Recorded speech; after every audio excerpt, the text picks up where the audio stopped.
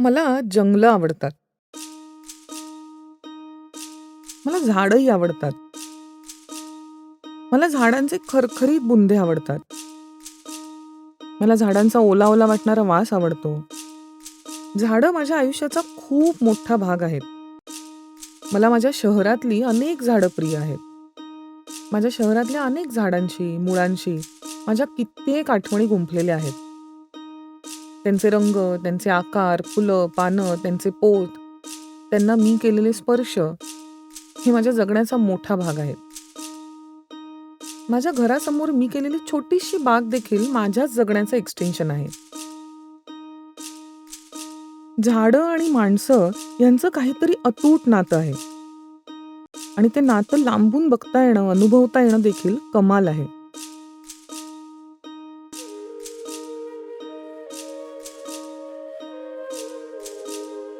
सोनाळा आणि वडवली ही वाडा तालुक्यातली छोटीशी गावं. गीतांजली आणि अतुल यांनी सोनाळ्यात एक टुमदार घर बांधलंय. गीतांजली तिथल्या लहान मुलांबरोबर काम करते. तारपा ही एक कम्युनिटी स्पेस आहे जिथे गावातली मुलं येतात, खेळतात, पुस्तकं वाचतात, नाटक करतात, नाटक बघतात. तारपा हे आदिवासींचं नृत्य आहे. तारपा हे आदिवासींचं एक म्युझिकल इन्स्ट्रुमेंट आहे आणि म्हणून हे नाव दिलेलं आहे. तारपा हे ॲक्रोनिम आहे. त्याचा फुल फॉर्म आहे the academy for research and applied performing arts. म्हणून हे नाव दिलं गेलं. जेव्हा डॉक्टर अनघा कुसुम मला म्हणाले की मला तुझ्यासोबत काम करायचं आहे, मला तारपासोबत काम करायचं आहे, गावातल्या मुलांसोबत काम करायचं आहे, तर मला खूपच आनंद झाला. आणि तिने जेव्हा ही कन्सेप्ट सांगितली म्युझियमची, तेव्हा मला काहीच कळलं नाही. ग्रोईंग म्युझियम, पडते बच्चों का बडता म्युझियम, हे मी पहिल्यांदाच शब्द ऐकत होते. तिने तिच्या आधीच्या प्रोजेक्टची एक डॉक्युमेंटरी फिल्म बनवली होती, ती तिने मला दाखवली आणि त्याच्यामुळे मला जरा थोडी कल्पना आली. आणि मी म्हटलं अगदीच आपण नक्कीच करूया कोलॅबरेट. आणि जेव्हा तिथे आली आणि मुलांसोबत काम करायला लागली तेव्हा लक्षात आलं की किती महत्त्वाचं काम आहे आणि मुलं कशी त्याच्यात गुंत आहेत त्या कामात आणि किती रस घेत आहेत. ग्रोईंग म्युझियम सोनाळ्याला तारपामध्ये करायचं ठरल्यावर सगळ्यात आधी जाऊन मुलांना भेटले. सोनू, दिव्या, शरू, साधना, आयुष आणि विकास यांच्याबरोबर गप्पा मारता मारता डोक्यात विषय हळूहळू पक्काच होत गेला. मुलं आणि त्यांच्या आयुष्यातली झाडं.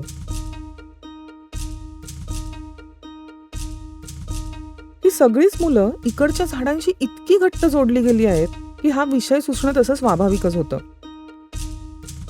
सगळ्यांनाच मग तो विषय आवडला आणि आमच्या सगळ्यांचे पुढचे 6 महिने कमाल गेले. आम्ही सगळेच झाडमय झालो होतो. पर्यावरणाच्या दृष्टीने स्थानिक वनस्पतींचं महत्त्व जे आहे ते खरोखर अनन्यसाधारण असं आहे. सरकारने पण ऑब्व्हियसली ह्या सगळ्याचं महत्त्व जाणलं आहे म्हणूनच ते पीपल्स बायोडायव्हर्सिटी रजिस्टर करतात की स्थानिक माणसांनी तिथल्या जैवविविधतेची एक नोंद वही करावी. तर ती नुसतीच लिस्ट असते बऱ्याचदा. जर का ग्रोईंग म्युझियमच्या निमित्ताने हे महत्त्व ठसवलं जाणार असेल एकंदरच समाजामध्ये आणि ते अतिशय आर्टिस्टिक दृष्ट्या म्हणजे सुंदर रीतीने ते जर का समाजाच्या समोर येणार असेल तर मला असं वाटतं त्याचं महत्त्व अधिक आहे. भात शेती ही सोनाळ्याची मुख्य शेती. ही मुलं देखील शेतात कामं करतात, शेतातली गाणी गातात. मग पहिलं इन्स्टॉलेशन या भात शेतीचंच. विविध आकारातले असंख्य लाकडी तुकडे वापरून तयार झालं हे सोनाळ्यातल्या भातशेतीचं जिक्सॉ पझल. पझल हे कोणत्या तरी संग्रहालयाचा भाग असू शकतं हेच माझ्यासाठी खूप नवीन संकल्पना होती आणि माझ्यासारख्या व्यक्तीला तर ते अजूनच भावलं कारण मला स्वतःला पझल सोडवायला अतिशय आवडते. म्हणजे 2-1 हजार तुकड्यांची पझल सोडवणं हे माझा छंद आहे असं आपण म्हणूया. सो अशा व्यक्तीला जेव्हा असं कळतं की आता आपण पझल बनवायचं आहे त्यावेळेला मला अधिकच रस निर्माण झाला. प्रोसेस जी होती ते जे बनवण्याची सगळी प्रक्रिया जी होती ती फारच मस्त होती आणि मुलांना ह्या सगळ्याचा अनुभव मिळाला हे एक शिक्षिका म्हणून मला खूप महत्त्वाचं वाटतं.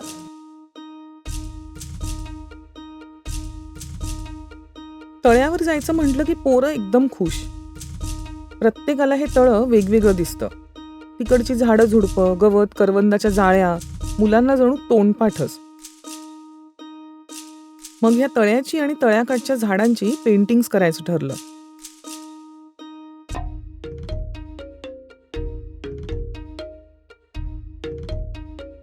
तारपामध्ये येताना वाटेत जांभळं करवंद गोळा करत यायचा मुलांचा उन्हाळ्यातला रोजचाच कार्यक्रम.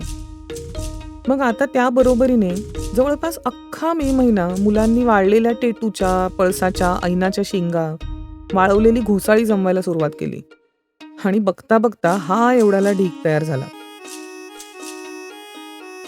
शरू आणि दिव्या ही तर आमची जोडगोळी.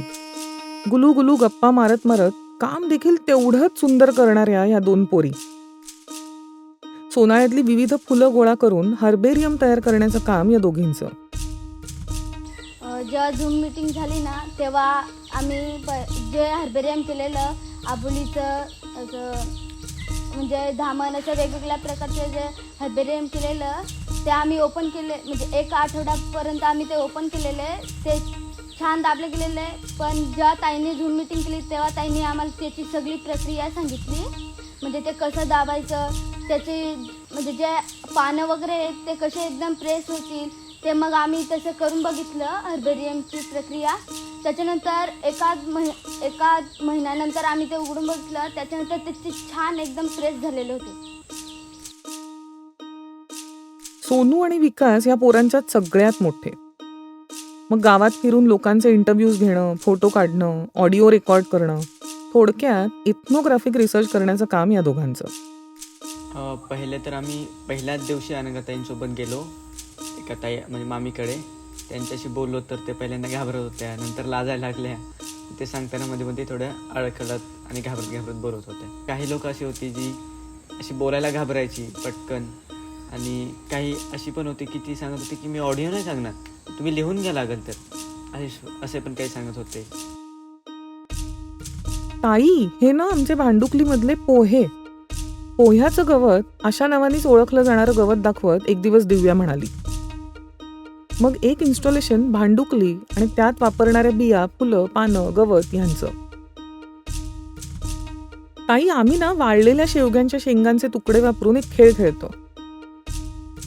हा तो शरूनी दाखवलेला खेळ.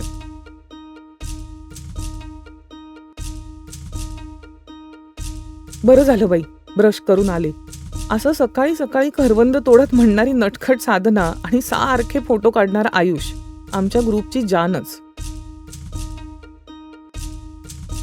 इकडच्या झाडांवर आधारलेली कितीतरी कोडी या मुलांना माहिती आहेत. नदीच्या काठाला कुठे त्याला पोरांची मिठी, आणि ही कोडी म्हणजे जिकण्या. वाटीत वाटी वाटीत वाटी वाटीत वाटी, डब्यावर डबा डब्यावर डबा डब्यावर डबा, त्यावर गवत, एकदा टोचला पायात 5 महिने घरात. बाबलीचा काटा.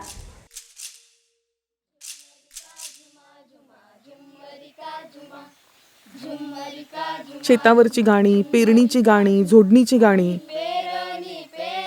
पोरांची आपापसातली चिडवा चिडवीची गाणी. प्रत्येक गाण्यात झाडं मात्र हवीतच.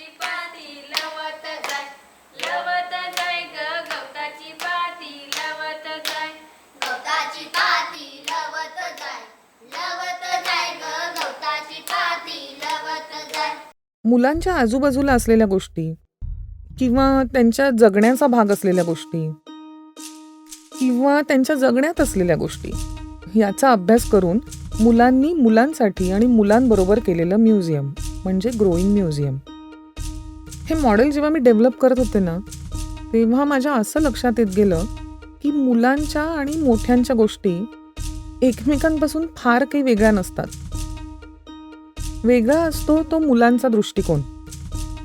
मुलांच्या आयुष्यात त्या गोष्टींचे संदर्भ देखील पूर्ण वेगळे असू शकतात. मग ह्या सगळ्याकडे मुलांना संशोधनाच्या दृष्टिकोनातून पाहता येईल का? या सगळ्याकडे बघताना मुलांना एकाच वेळी इमोशनल, लॉजिकल, रॅशनल आणि आर्टिस्टिक चष्मे वापरता येतील का? ह्याच मंथनातून तयार झालं ग्रोईंग म्युझियम, बढ़ते बच्चों का बढ़ता म्युझियम.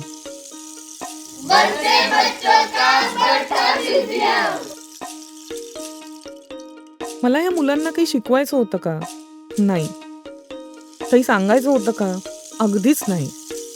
मला फक्त पुढचे 6 महिने त्यांच्या आयुष्यातली झाडं बघायची होती.